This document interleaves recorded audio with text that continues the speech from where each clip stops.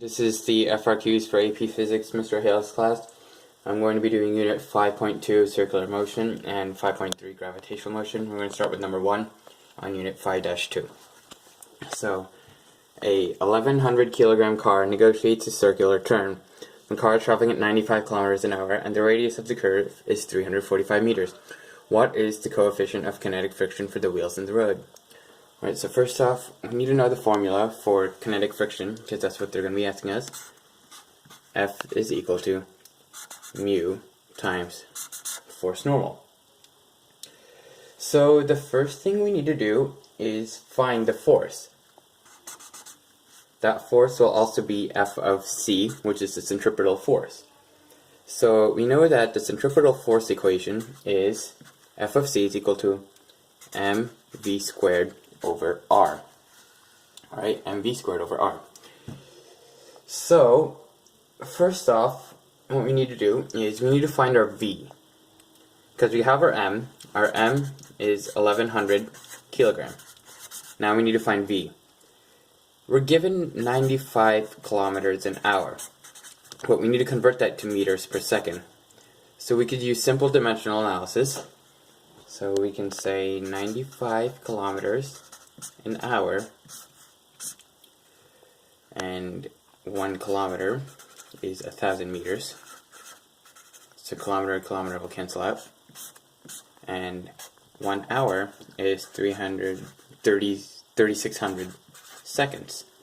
An hour and hour cancel out, and what you're going to end up with is 26.39 meters per second.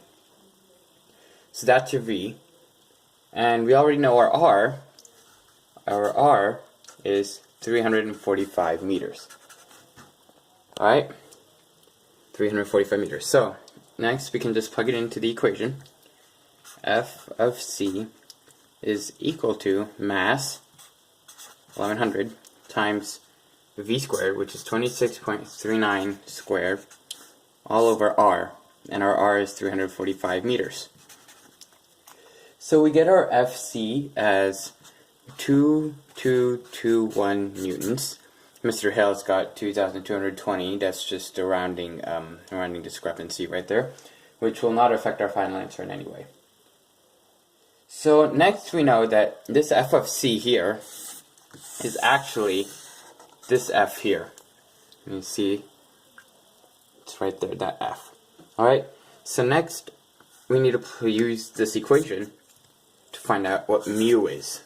That's our unknown, right? So then you got F is equal to mu times n. You know F is 2,221 newtons is equal to mu times n. Now how do you find n? Well, if you have your car, we'll just say that's your car, it's going to be pushing down on it with a force. We know the normal force is equal and opposite to the force it's pushing down.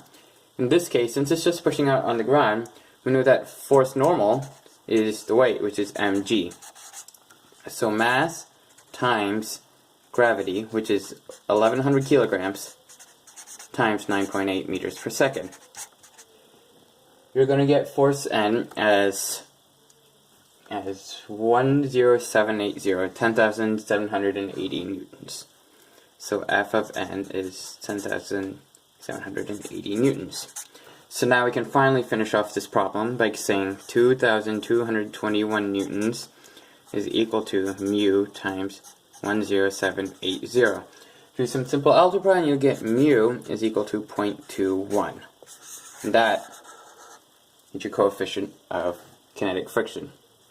That's number 1. Alright, so for our next, I'm going to do number 2. Who's this bleeding through? I should probably not use this sheet. Number 2. A 1.2 kilogram stone is attached to a 1.1 meter line and swung in a horizontal circle. If it has a linear speed of 13 meters per second, what is the centripetal force? Okay, so let's write down what we do know.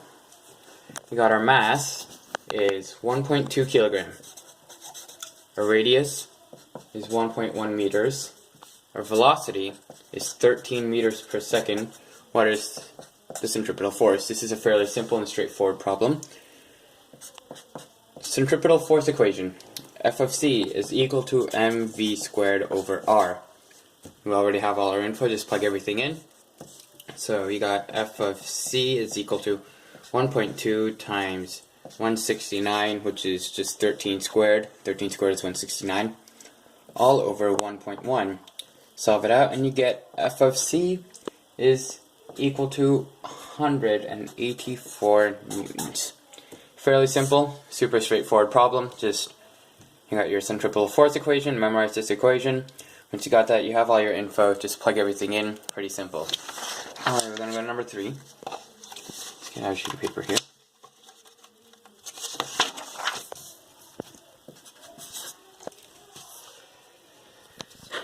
A car goes around a 20 degree angle bank curve of radius 50 meters. If the road is frictionless due to ice, what is velocity necessary to make the curve?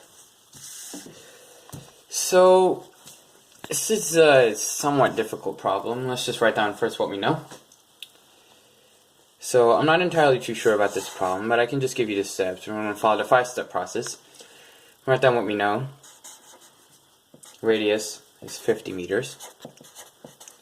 And your angle theta is equal to 20.0 meters. And then you know, for step 2, you need to get your equation. I was a little unsure on how to do this problem, so I looked it up, and I got this. mg tan theta is equal to v squared over r. I will post it into GroupMe once I figure out what this actually means. But for now, since you're trying to find the velocity, you can just get v is equal to the square root of rg tan theta.